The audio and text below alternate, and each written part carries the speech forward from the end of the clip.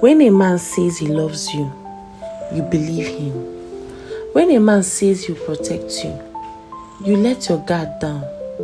But when a man asks you to give up everything for him, you better pray you know exactly who he is. I'm sitting on the cold floor of my bedroom, back pressed against the wardrobe door I once dreamed of filling with my children's clothes.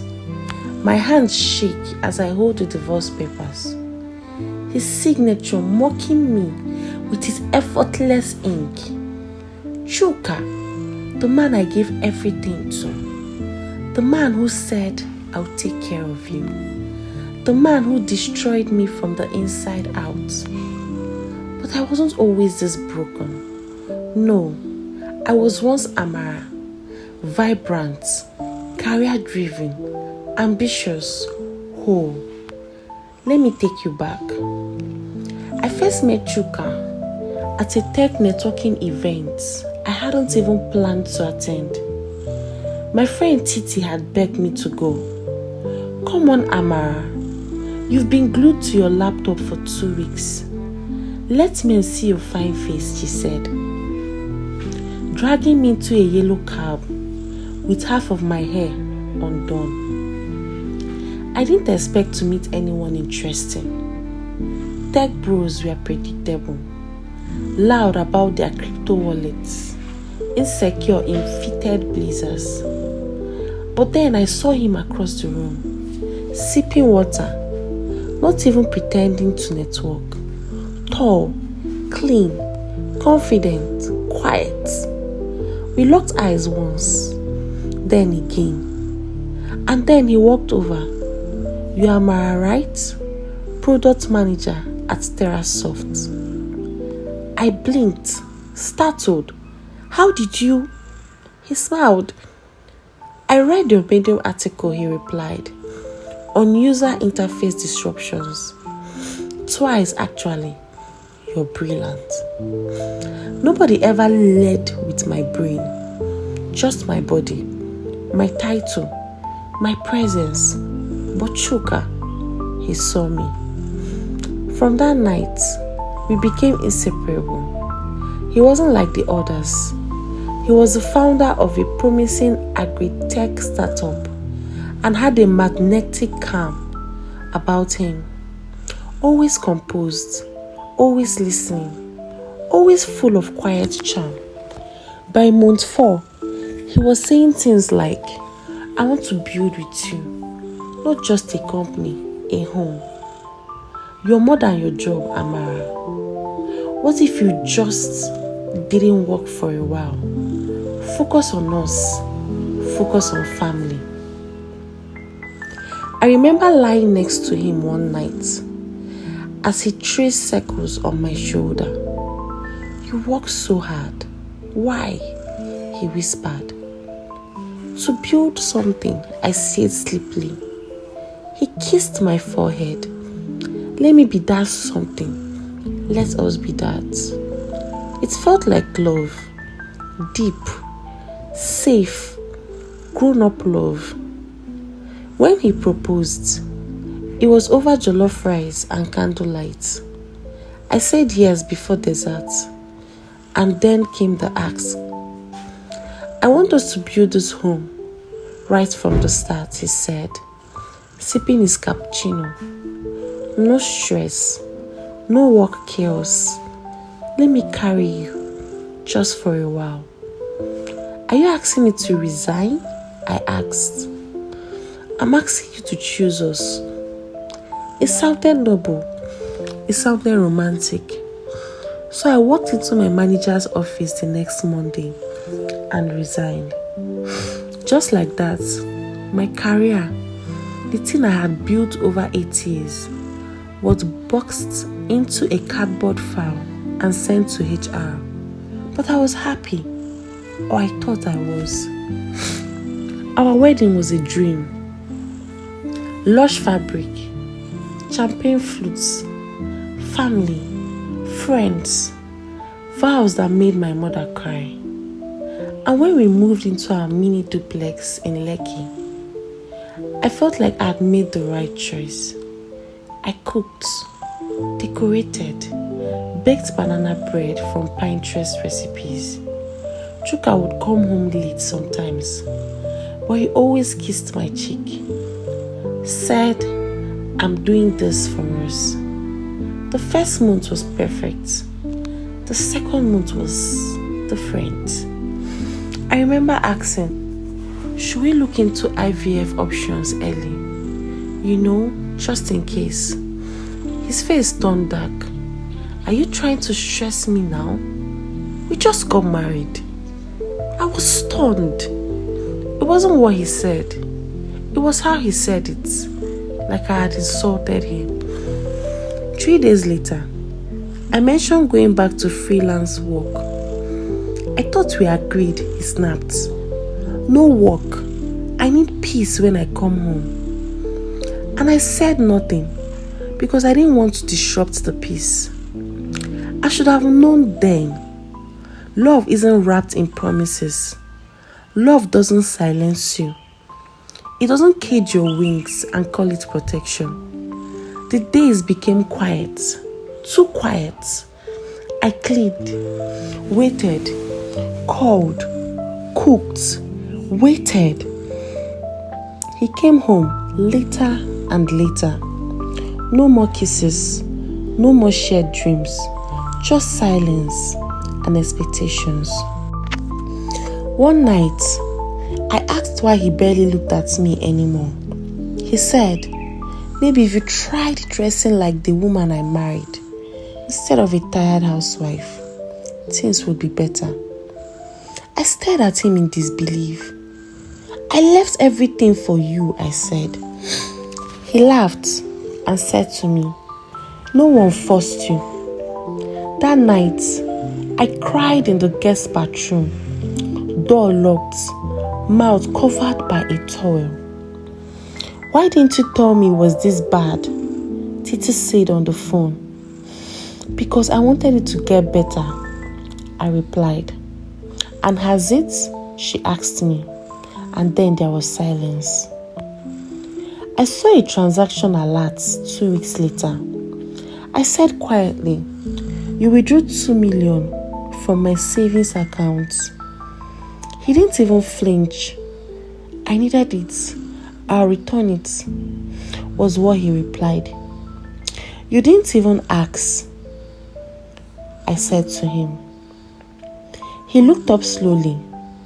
Do you want to start a fight right now? Then I replied, I want to understand. He stood, knocking his chair over. What you want doesn't matter anymore, Amara. That was the night the fear began.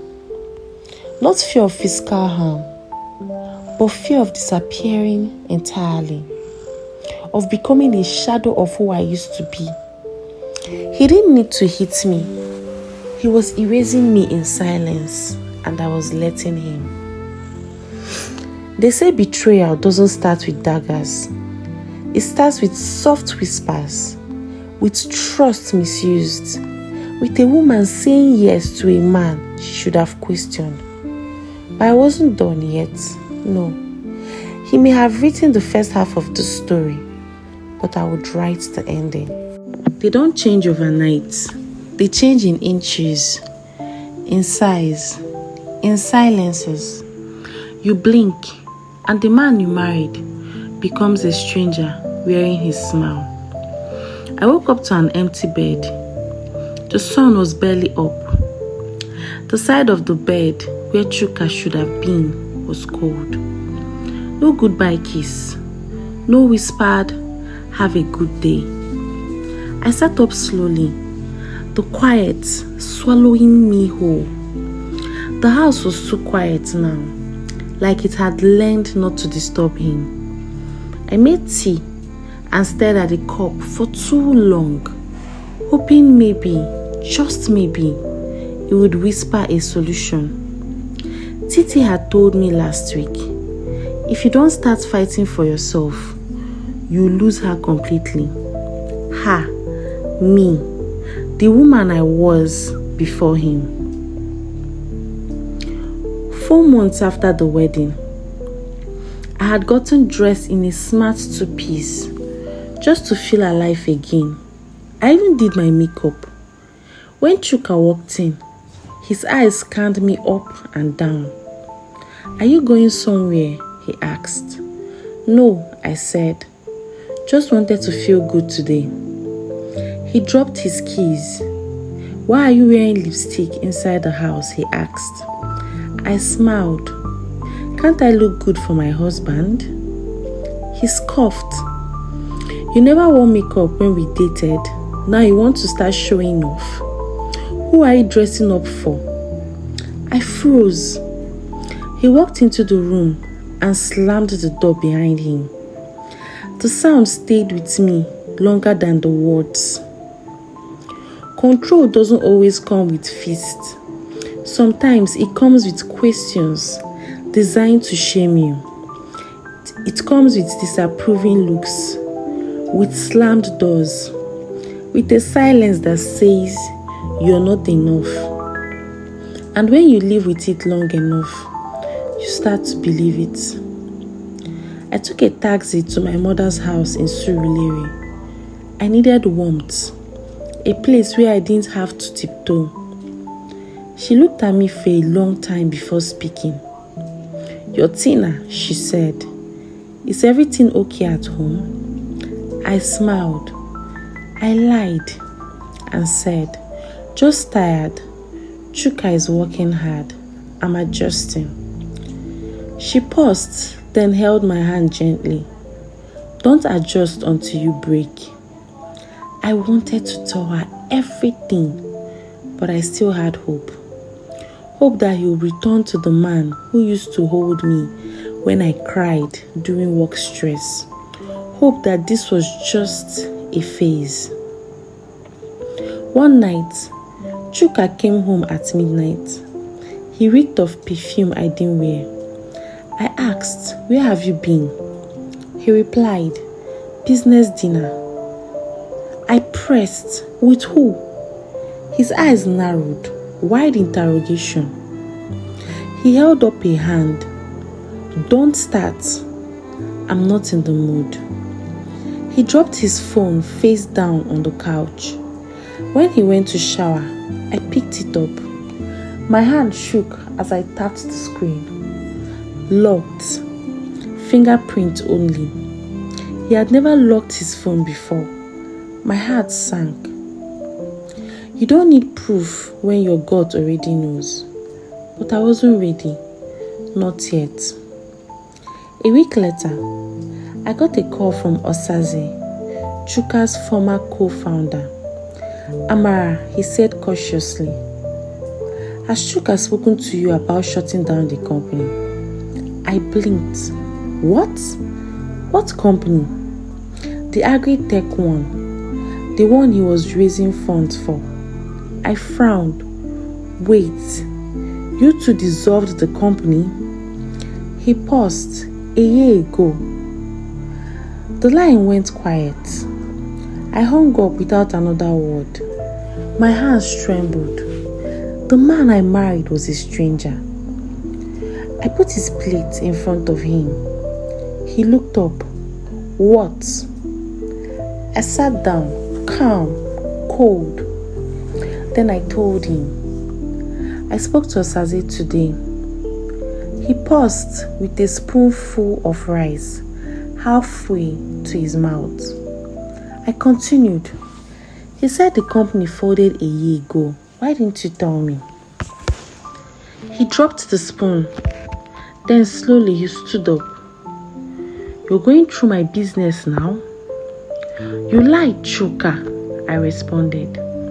He walked to the window.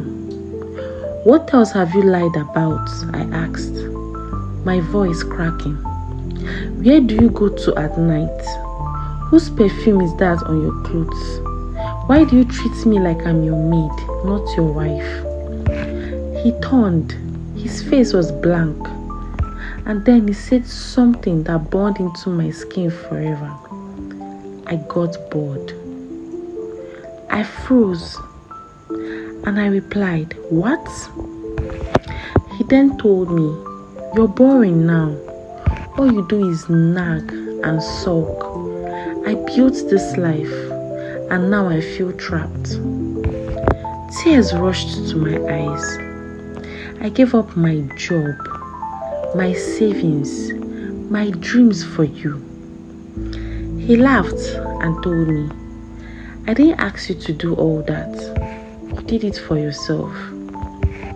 In that moment, something inside me broke. Not my heart, my illusion. I pulled out my old journal, pages from when I used to dream. I wrote, day 1, I think my marriage is ending, but I will not end with it.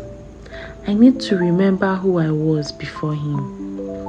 Then I made a list, update CV, call old colleagues, reconnect with Titi, stop explaining myself, observe, quietly, patiently. In the weeks that followed, I smiled when I needed to. I cooked, cleaned, played the role. But I also applied for freelance gigs. Using an old laptop Chuka forgot was still at my mom's. I made 50,000 in 1 week. Then 100,000 naira. It wasn't much, but it was mine. And with every word I typed, a little piece of me returned. Some women stay silent to survive. Others stay silent to prepare. I wasn't broken. I was becoming unbreakable.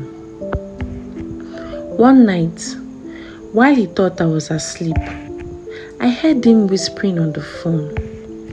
No, she suspects nothing. She still thinks I'm broke. Give me a few more weeks. I'll transfer the land to your name. I held my breath. The land we had jointly bought during our engagement. In my mind, something clicked. He wasn't just unfaithful. He was a thief, and I was the prey. You can only cage a lioness for so long before she remembers she was born to roar. He thought I was asleep.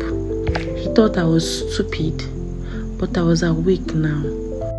Every woman has a moment where sorrow turns into steel. Mine came the night I realized he wasn't just cheating. He was trying to erase me. I woke up before him. Well, I wasn't asleep to begin with. As his arm rested carelessly across the bed, I stared at the ceiling, listening to his soft snores. The same man who had whispered betrayal into the darkness just hours ago. Give me a few more weeks. I'll transfer the land to your name. That's what he had said. To who?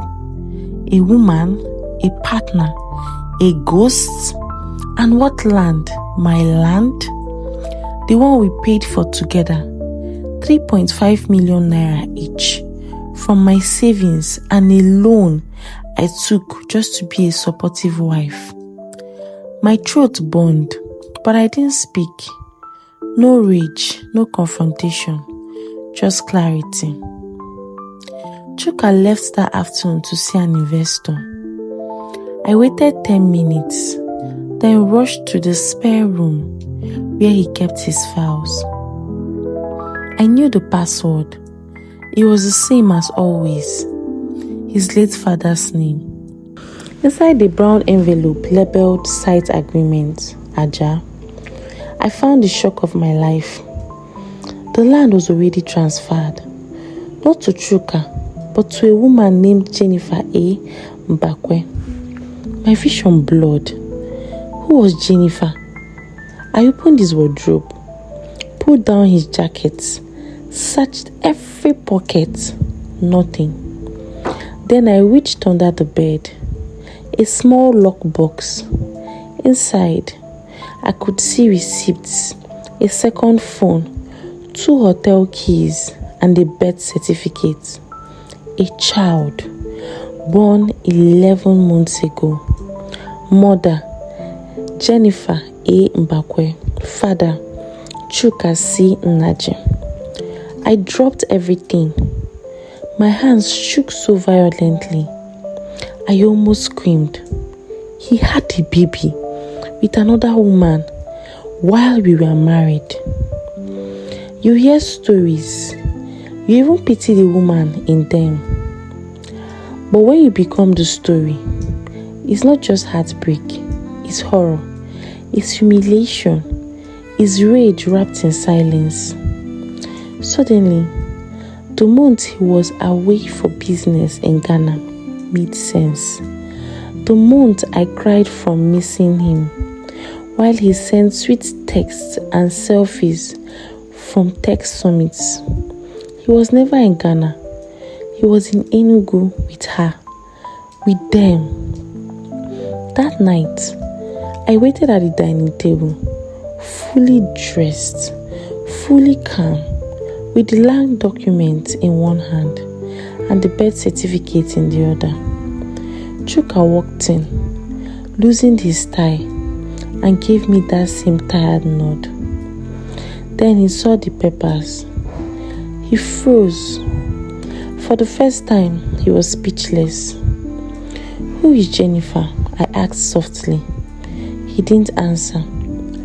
Whose child is this? I continued. Still silence. So I stood and said, this marriage is over. That got his attention.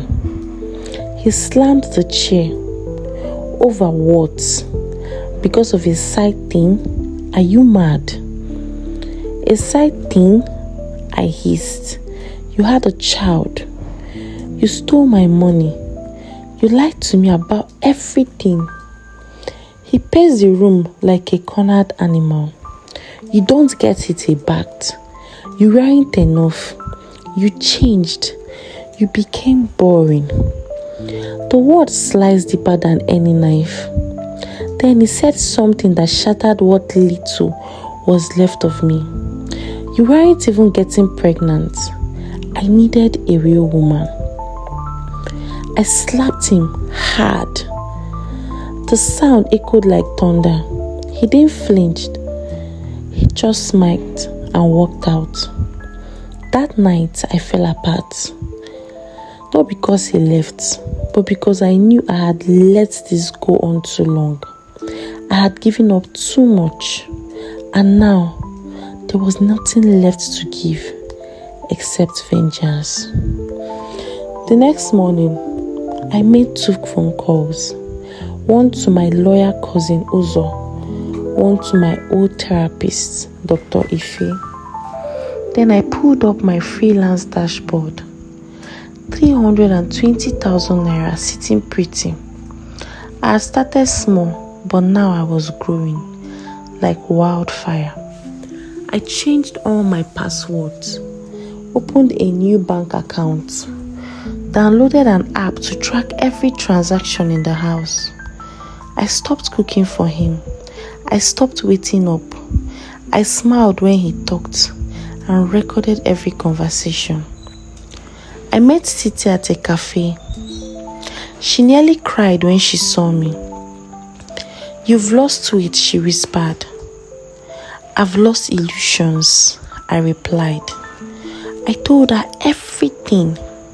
Titi didn't flinch. She said, we are getting you out of this, but not quietly. Titi introduced me to a friend, Sade, a tech genius. Together, we placed a small camera in the light bulb of the study room. 2 weeks later, we had footage of Chuka bringing Jennifer into our home, of him laughing as she sat on my couch, of him calling me a liability. We had enough for public disgrace, legal action, and reputation ruin. But I didn't just want revenge. I wanted justice. Sitting across from Dr. He, I sobbed for the first time in months. I gave everything to him, I said. And now, she asked gently. I breathed in. And now I'm taking it back, I replied. He wanted me to vanish, but I was still here. Not as his wife, as Amara. Whole, awake, dangerous. I handed him the envelope on a Saturday morning. Chuka opened it, laughed, and said, You think I'll sign this? You think you'll get a dime? I leaned close and said to him, I don't want a dime. I want your secrets to bleed. Then I showed him the flash drive, the footage, the documents, the birth certificate. His face changed from arrogance to panic. You can't. He tried to talk. Then I replied, Oh, but I can. He lunged towards me. I didn't move. Try it, I said, and the police will see everything. He thought I'd stay broken. He thought he'd drain me of every ounce of fight. But some women don't stay down. Some women rise with scars, with truth, with fury. The bruise behind my smile has faded, but I still remember the pain, and I'll never forget how I healed. Some people think revenge is loud, but the most dangerous storms begin in silence, and silence was now my weapon. Chuka had gone cold. He didn't yell, didn't fight, didn't even try to charm me. He just watched me like a lion circling prey it no longer understood. But I wasn't afraid anymore because I was ready. By day, I was still the quiet wife. I cooked, answered politely, wore soft dresses. But by night, I was a strategist. Laptop glowing, voice recorder running, legal files piling up. Uzo, my lawyer cousin, was brilliant. You have everything. Evidence of emotional abuse, financial fraud, infidelity, secret child. This man is going down. Titi helped me set up a new bank account under a different name. She even introduced me to a woman's NGO that supported abuse survivors with legal protection and emergency housing. I wasn't just escaping, I was building. Titi helped arrange a job interview at a tech startup looking for a remote product strategist. I walked into the cafe where the founder was waiting. My confidence won like armor. He asked, What happened during your career break? I smiled and replied, I was surviving a war. I got the job finally. 750,000 naira a month. And it was a remote job. And just like that, the woman Chuka called a liability was valuable again. One night, I got a DM on Instagram from Jennifer A. Mbakwe. The message read, You don't know me, but I need to speak with you. Please, woman to woman. My heart stopped. I debated for hours. Then I replied, Tomorrow, 12 p.m, the old book cafe, alone. Jennifer was younger than I expected, maybe 26. Pretty, polished, nervous. I didn't know about you, she said, voice trembling. Not until I was already pregnant. I said nothing. She continued. He told me you were his ex, that you were mentally unstable. He said he was building a new life with me. I still said nothing. Then she continued again.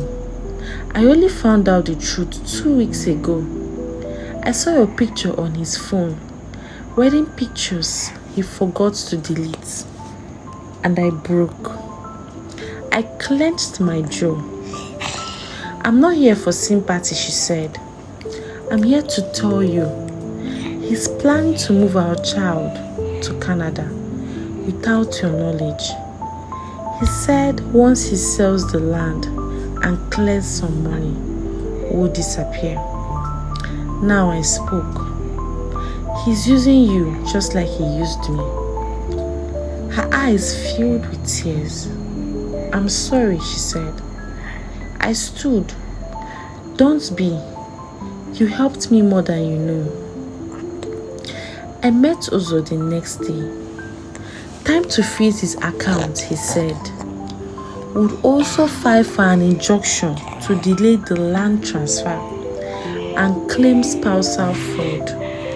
And with Jennifer's signed testimony, his days of freedom are numbered.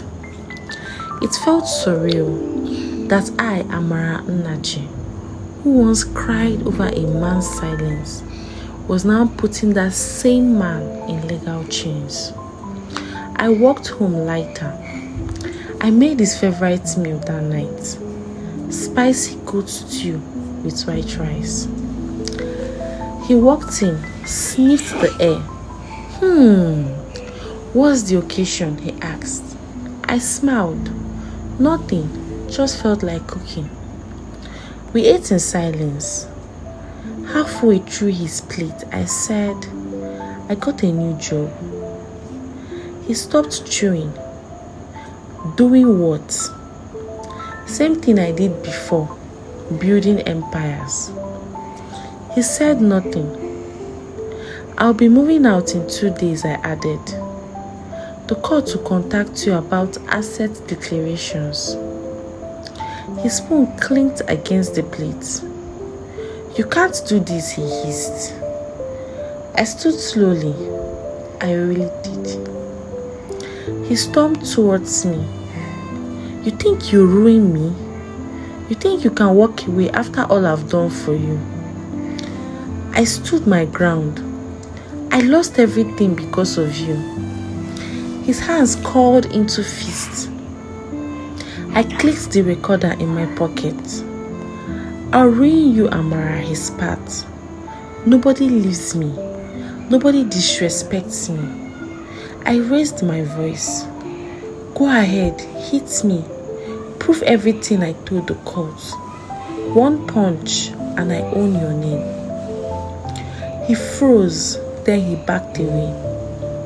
The look in his eyes, the feet, real, shaking, irreversible defeat. He realized in that moment that I wasn't afraid of him anymore, and fear was the only thing he had left. 2 days later, I wheeled my single suitcase to the waiting taxi. Titi hugged me tight. You're not running, she whispered. You're returning. I smiled. As the taxi pulled away, I didn't look back. Not once. My new place was tiny. Just a studio with peeling paint and a leaking faucet. But it was mine. I lay on the bed, listening to the quiet, not the dangerous silence of before. This one was sacred, safe, free. He thought breaking me would keep me in place. But the woman he tried to bury, she was a seed, and now I was blooming. Some women survive, some women heal, but some women rise. Not in spite of the fire, but because of it. 6 months after I left Chuka, I stood on the 9th floor of a co-working space in Victoria Island, watching the sun set over the lagoon. I was no longer Mrs. Nnaji. I was Amara Nkem Okafu again. Reclaiming my maiden name felt like breathing after years underwater. I had a full-time job now, 1.2 million naira monthly, health benefits, a team that respected me. I was leading a project for a major fintech launch. My name was in the press, not as his wife, but as a builder. Titi had convinced me to speak at a women's support group hosted by the NGO that helped me. I almost didn't go, but when I saw the room, 25 women, most with tired eyes and silent mouths, I knew I had to. I stood before them and began. I was once a woman who gave everything to a man. My money, my dreams, my power, my silence. He took all of it, and then he tried to take more. But I didn't break. I transformed. Some women cried, others clapped. One whispered, "You gave me hope." And in that moment, I realized this wasn't just about Chuka anymore. It was about us, all of us who had been made small. The court ruled in my favor. Joint assets were frozen. The land sale nullified. Jennifer's testimony backed my financial abuse claim.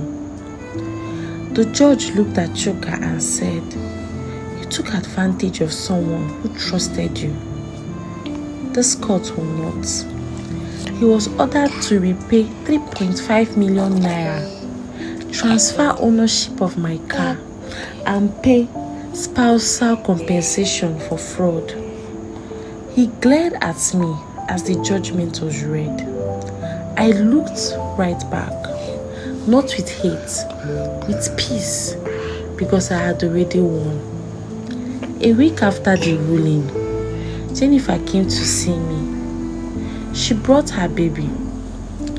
"I've left him," she said quietly. "I got a small flat. I'm working as a secretary now. It's hard, but..." Then I cut her short and said, "But you're free." She nodded. "Because of you." We didn't cry, we just held hands. 2 women, 2 stories, 1 enemy, 1 future. 3 weeks later, I recorded the first episode of my podcast, Unbroken, the silent rebellion of women. "I'm not a therapist," I said into the mic. "I'm not a saint, but I am someone who crawled through the fire and came out shining. If you're listening to this, you can too." It went viral. Over 100,000 listings in the first month. Emails flooded in. Women from across Nigeria, Ghana, Kenya, the UK. Women who thought they were alone and now they weren't. I met Kene at a business event. He wasn't flashy. He didn't try to impress. He just listened and asked questions like, "What do you want?" instead of "What can you do for me?" We had coffee once, then twice. Then he said, "I would like to know the woman behind all that strength." And I said, "Maybe, but I'm still learning her too." He smiled and didn't rush me. For the first time, I felt something warm. Not a rush, but a beginning. I wasn't bitter anymore. Not because Chuka deserved forgiveness, but because I deserved freedom. I didn't just survive him. I found myself through him. They say scars make you ugly. I say they make you unforgettable. So if you're listening to my story right now, know this. You are not what he did. You are who you decide to become next. He took my name. He took my love.